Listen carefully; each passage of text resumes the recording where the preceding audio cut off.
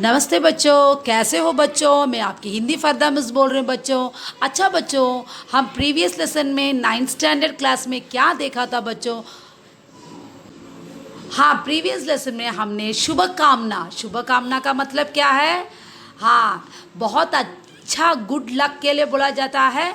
और ये आके पोयम श्री मैथिली शरण गुप्ता ने लिखा है। अच्छा, उनके एक छोटा सा कवि परिचय के बारे में मैं आपको बताऊंगी। हाँ, अब मैं उनको शुभकामनाएं में क्या क्या बोला है मैं बोलती हूँ बच्चों। अच्छा देखो बच्चों, ये पिक्चर में कैसा है। हाँ, वो अंग्रेज़ में पूरा लिखा है, सब यूनाइटेड से रहना, सब भाई भाई रहना। और इसमें बहुत हमारे देश के कल्याण के लिए हमारे मैथिली शरण गुप्ता ने भगवान से प्रार्थना करके हमारे देश को यूनाइटेड में लेकर आने के लिए सब आगे बढ़ाने के लिए हमारे देश को उन्होंने प्रार्थना किया है। अच्छे बच्चों, ये देखो एक मैप के जैसे राष्ट्रीय एकता की भावना को जुड़ाया है इसमें। इसलिए हम देखो सारे गांव के लोग और सारे लैंग्वेज के पीपल और जहां हमारा फेमस टेम्पल्स है, इस प्रकार मैंने इस इंडिया के मैप में एक चित्र के रूप में दिखाया है। हाँ देखो बच्चों, और इस पिक्चर में देखो कितना सारे जहाँ से अच्छा के जैसा सारे लोग एक साथ में यानी यूनाइटेड के रूप में भाई, all are brothers and sisters बोलते हैं ना। इस प्रकार हमारे देश के झंडे को बच्चों लोगों ने कैसे लेके जा रहे हैं। और इसमें देखो ये 4 हाथ कैसा स्ट्रांग से पकड़ा गया, ये आत्मबल को दिखा रहा और सत्य को दिखा रहा और शक्ति को दिखा रहा है।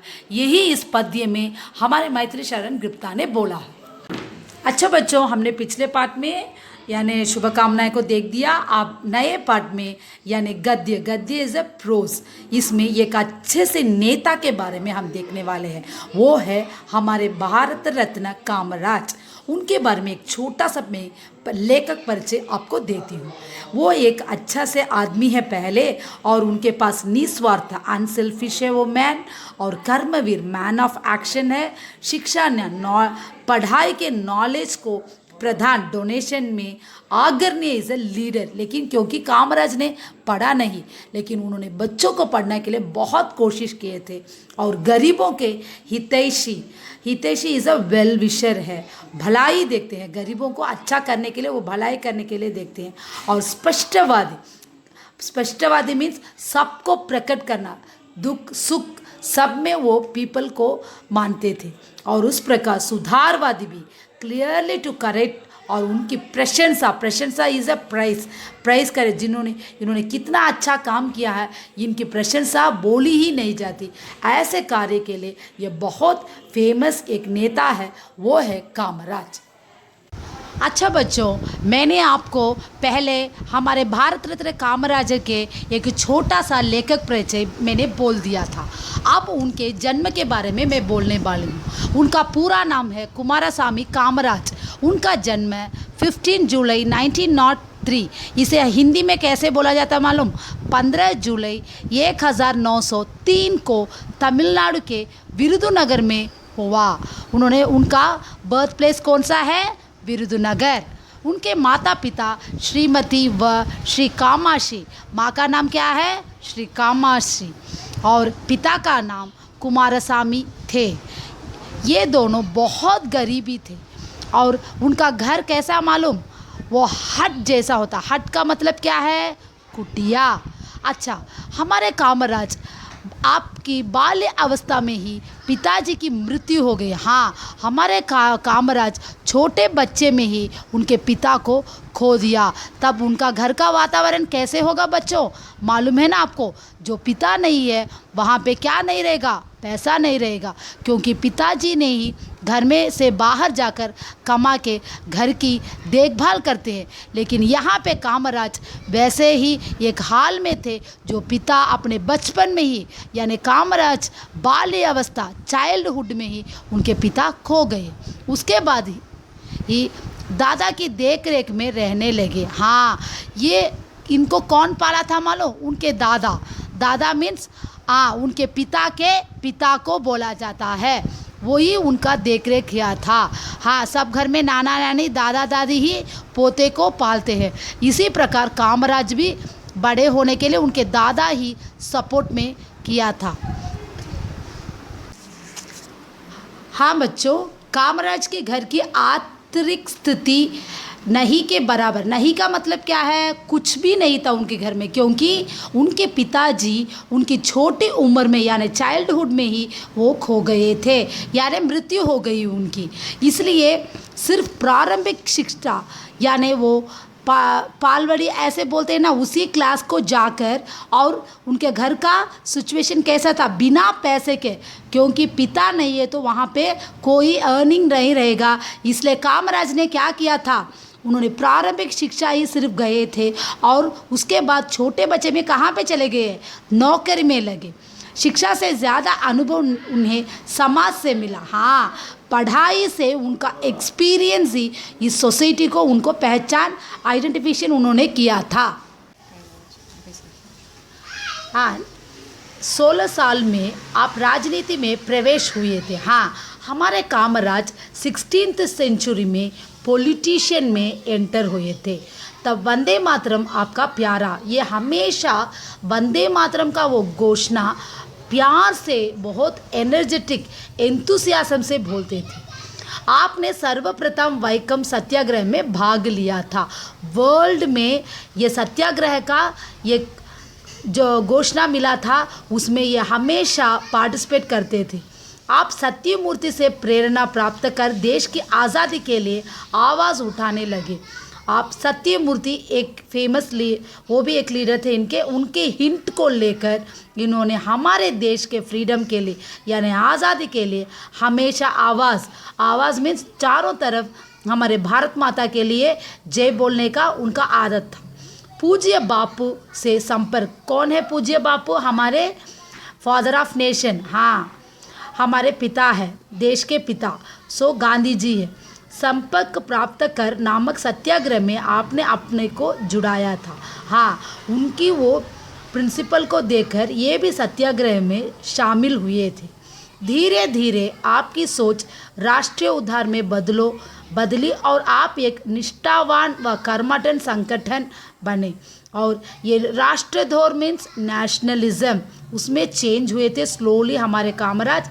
उसके बाद निष्ठावान मीन्स इज अ डिग्निटी, कर्मठन काम में कार्य में बहुत अच्छा गैदर्ड करके यानी संगठक कलेक्शन करके इन्होंने इतना अच्छा हमारे देश के लिए काम किया था।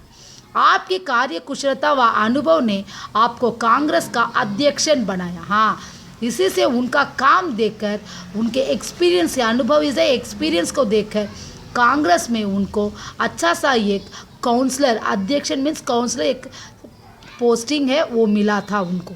आप योजना बंद ये बहुत अच्छा प्लान करके पूरे कार्य को अपने देश के लिए निपुण इज एक्सपर्ट, एक एक्सपर्ट और जीनियस भी है। आपकी योजना से कांग्रेस पूर्णाधार हुआ, बहुत डेवलपमेंट आया था उनके प्लान से, कांग्रेस और आगे आगे बढ़ने लगा।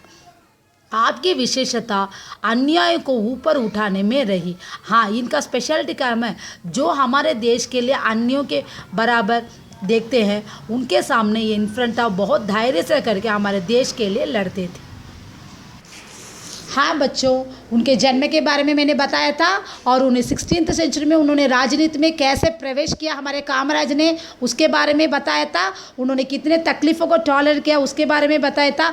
अब वो आप समय संजीवी के थे हमारे कामराज, टाइम कीपिंग में इतना अच्छा थे, वो जो भी काम करते हैं वो टाइम में करते हैं। आपकी सोच के कारण ही श्री लाल बहादुर शास्त्री, श्रीमती इंदिरा गांधी आदि प्रधानमंत्री बने। इनकी वजह से कांग्रेस आगे बढ़ा, और उनके प्लान से ही कितना अच्छा कांग्रेस को उन्होंने लेकर आए। और इस प्रकार ये दोनों लीडर यानी श्री लाल बहादुर शास्त्री और श्रीमती इंदिरा गांधी, वो दोनों हमेशा प्रधानमंत्री के रूप में बने। किनकी वजह से? हमारे कामराज की वजह से, क्योंकि वो पद को कभी भी बहुत मानते भी नहीं, उसमें जाने की इच्छा भी उन्हें नहीं थी। आप उच्च पद मीन्स हाई पोजीशन, ऐसे प्रधानमंत्री के पद को उन्होंने तुच्छ से माना था, क्योंकि वो लोगों की भलाई के लिए दूसरों को उसमें बिठाकर उनमें आनंदित लेते थे हमारे काम। हाँ बच्चों, अब हमारे कामराज तमिलनाडु की एक मुख्यमंत्री बने और शिक्षा की आवश्यकता उनको कैसे इम्पॉर्टेंट था और कंपलसरी उन्होंने सब बच्चों को स्कूल में शामिल करने के लिए बहुत ज़ोर भी दिया था। और अपने कार्यकाल में उन्होंने उनके ड्यूटी टाइम में निःशुल्क बिना पैसे के सारे गवर्नमेंट स्कूल में उन्हें सब बच्चों को शामिल करने के लिए बहुत कोशिश किए थे और उसमें बहुत भी ज़ोर लगाया था। कंपलसरी, अनिवार्यता का मतलब कंपलसरी है, सब बच्चों को स्कूल जाने के लिए उन्होंने प्रोत्साहित दिया था। शिक्षा के साथ मध्याह्न भोजन का मतलब क्या है, आफ्टरनून फूड का भी इन्होंने अरेंज किया था, क्योंकि उन गांव में सब लोग गरीब थे और उन बच्चों को एक वक्त का खाना के लिए हमारे कामराज ने इस फैसिलिटी को अरेंज किया था। उसके बाद सत्कार्य के लिए निर्णय लेने में देरी नहीं करते। जो भी एक अच्छा काम उनके पास आता है तो उसे सडन से उन्होंने निर्णय डिसीजन लेकर उसमें कोई वक्त को उन्होंने टाइम को गवाते नहीं, क्योंकि वो टाइम कीपिंग आदमी थे। मैंने पहले भी आपको बताया था। आपके रचनात्मक कार्यक्रमों में ग्राम्य में बिजली की व्यवस्था, कुटीर उद्योग तथा कारखानों की स्थापना, बेरोजगारी समस्या, इसका मतलब क्या मालूम, उनके क्रिएटिव में, उनके प्रोग्राम में वो ग्राम्य यानी विलेज में बिजली की अवस्था का मतलब उनके गांव में कोई भी बिजली ही नहीं था। सो इसलिए उन्होंने क्या किया था, इलेक्ट्रिसिटी की फैसिलिटी किया था। कुटीर मीन्स हट, उनका घर कैसा था वैसे वहाँ पे सब घर वैसा ही था। वो कुटीर को उन्होंने अच्छा सा एक छोटा सा घर बनाने का प्रयत्न किया था। उद्योग ग्राउंड अप किया था, डेवलप किया था तथा कारखानों की स्थापना, फैक्ट्रीज के अरेंजमेंट्स किया था। बेरोजगारी, अनएम्प्लॉयज जो काम नहीं थे वो प्रॉब्लम को, समस्या का समाधान ढूंढे निकाला आदि था। इसका सॉल्यूशन भी उन्होंने ढूंढा था। आपकी सेवाओं के उपलक्ष्य में उनके सर्विस को या ऐसे अच्छे एक सर्विस को आपको मरणोपरांत आफ्टर डेथ सन 1976 में सर्वोच्च सम्मान भारत रत्न की उपाधि प्रदान की गई। ये मरने के बाद इनको क्या मिला था, इनको ये इतना अच्छा काम किया था इसलिए मरने के बाद इनको सर्वोच्च हाई लेवल में इक्वल करके और भारत रत्न की उपाधि को प्रदान किया गया। इस प्रकार कामराज जैसे कितने लोग हमारे देश में नेता आए थे, उसी प्रकार वो लोग भी हमारे देश की सेवा की, लेकिन इनके बराबर ये पढ़ाई में कितना मुख्य दिया और एक वक्त खाना के लिए उन्होंने कितना कोशिश किया, ये कामराज ही सिर्फ कर सकते हैं। धन्यवाद बच्चों।